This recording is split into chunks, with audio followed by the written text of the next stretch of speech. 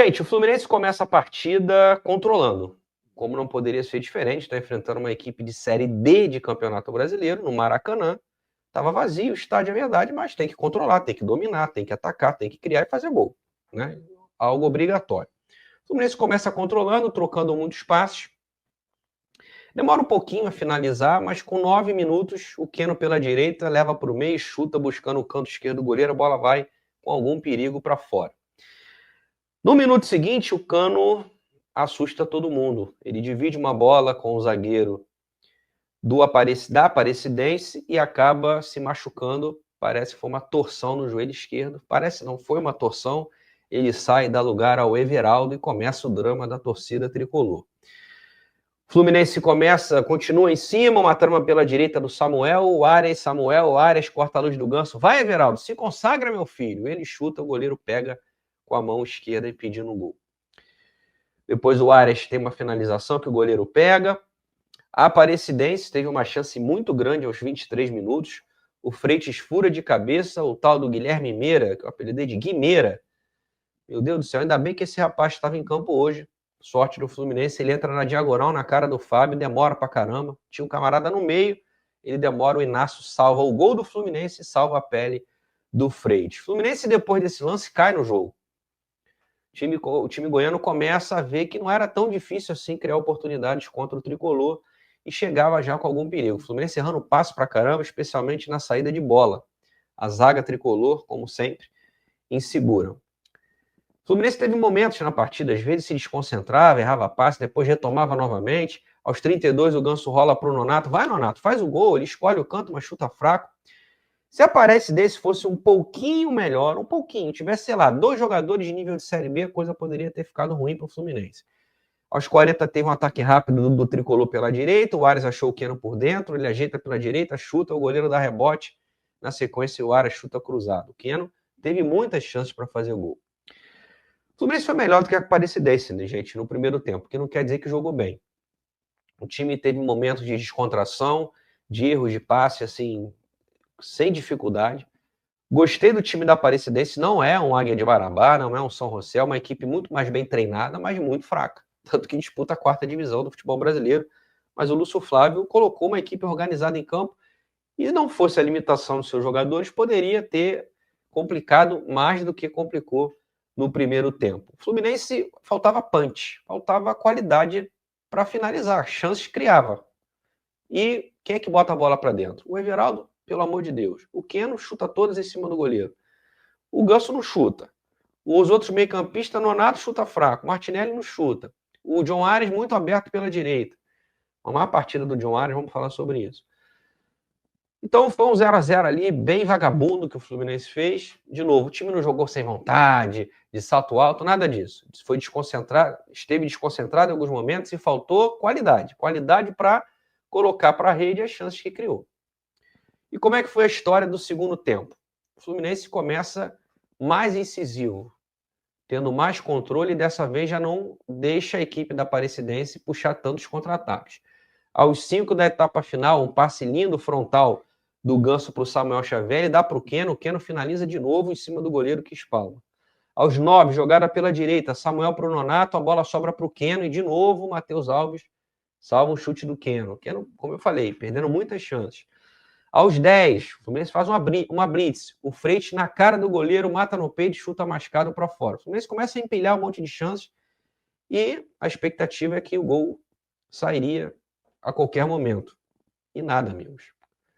E empilhava chances por falta de precisão, falta de qualidade mesmo, de colocar a bola para o fundo da rede. O Renato faz a primeira mudança de ordem tática. Ele entende que o time precisa de mais volume ofensivo. Aí ele olha para o banco de reserva e fala: estou precisando de ofensividade.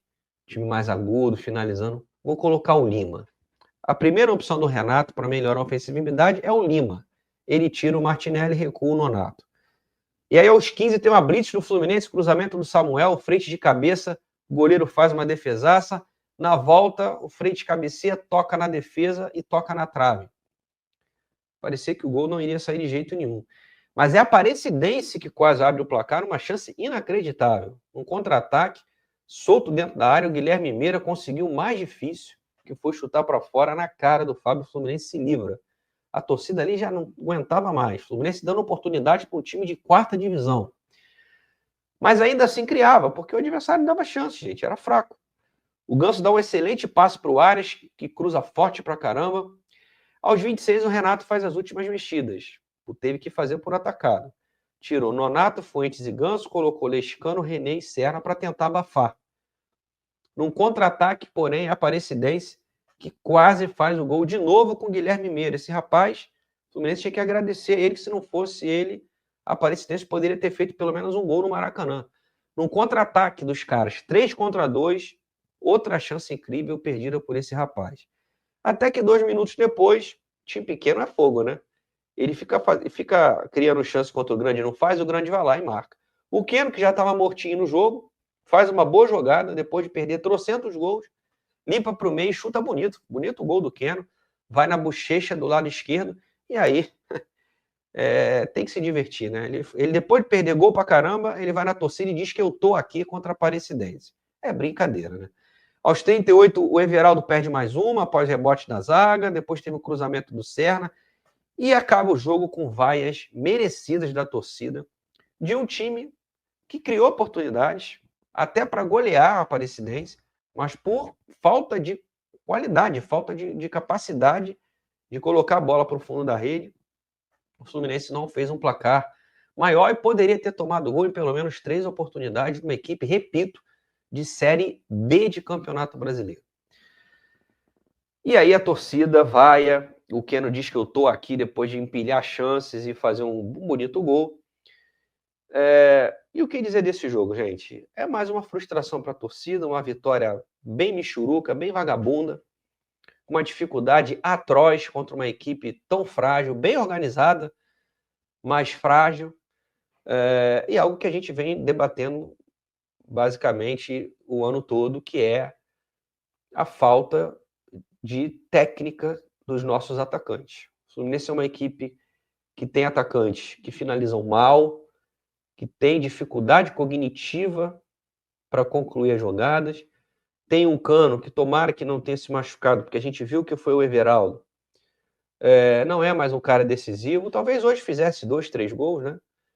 Mas imagina o Cano que já não é o Cano que a gente conheceu. Imagina ficar sem ele, tendo o Everaldo no ataque, Keno, Serna, Canóbio, que tem todos eles ojeriza a gol.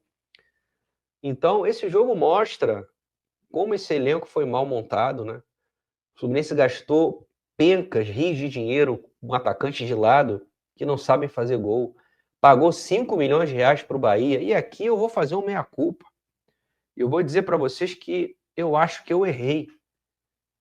E quem me acompanha há algum tempo sabe que eu não tenho nenhum problema de ter uma opinião e depois mudar de opinião se eu achar que eu estava errado. E eu acho que eu me enganei com o Everaldo, gente. Eu algumas vezes aqui, nesse Domínio Passa, no meu canal, falando como todo, eu cheguei a dizer que o Everaldo não era um bagre, que é um jogador mediano. E a verdade é que o Everaldo foi um jogador mediano quando ele era mais novo. Quando jogava na Chapecoense, que tinha 27, 28 anos. O Everaldo beirando 34, parece. Pelo amor de Deus, o Cano vai ter que ter contrato vitalício se o reserva for o Everaldo.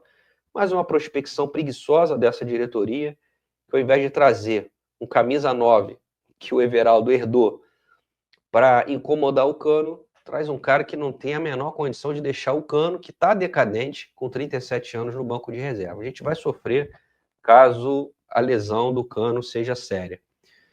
Então, o que fica desse jogo é um recado muito ruim para o torcedor, de que você não consegue fazer o mínimo contra uma equipe, de novo, bem estruturada, bem distribuída em campo, mas qualquer treinador ali bota o Guardiola, por isso que eu sempre falo, a gente não pode hipervalorizar o trabalho de treinador.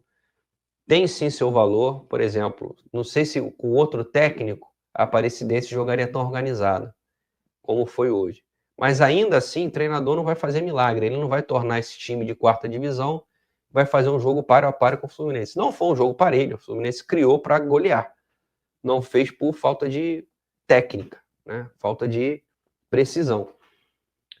mas ainda assim cedeu espaços generosos, assim, que um time de primeira divisão não pode ceder. O Fluminense tem que enfrentar uma equipe de Série B, Série C, Série D no Maracanã e massacrar.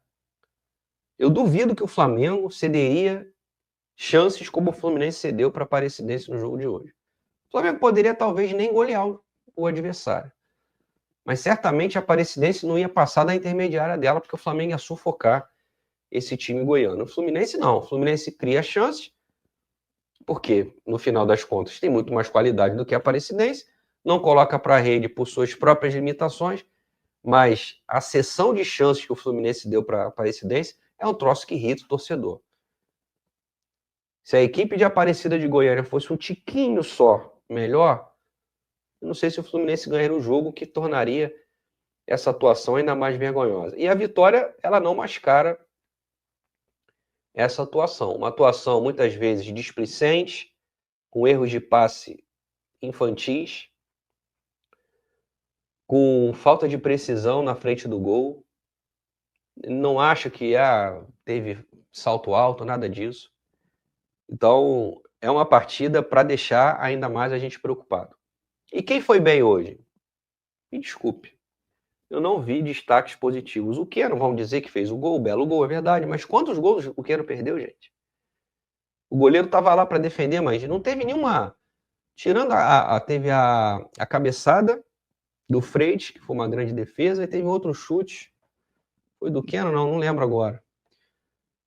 As defesas que o goleiro Matheus Alves fez foram defesas simples, foram defesas espetaculares, foram todas próximas dele. E o Cano, eu vi a estatística, ele finalizou 8 vezes hoje para fazer um gol, aí depois virou para a torcida, eu tô aqui. É brincadeira um negócio desse.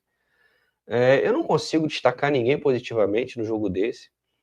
Eu achei que o Ganso teve alguns bons passes no segundo tempo, mas no primeiro tempo ele jogou muito colado com o Cano. Eu não entendi esse posicionamento do Ganso, não sei se foi uma orientação do Renato. O Ganso tem que armar o jogo, ali na intermediária. Mas quando ele arma, ele acha um passe.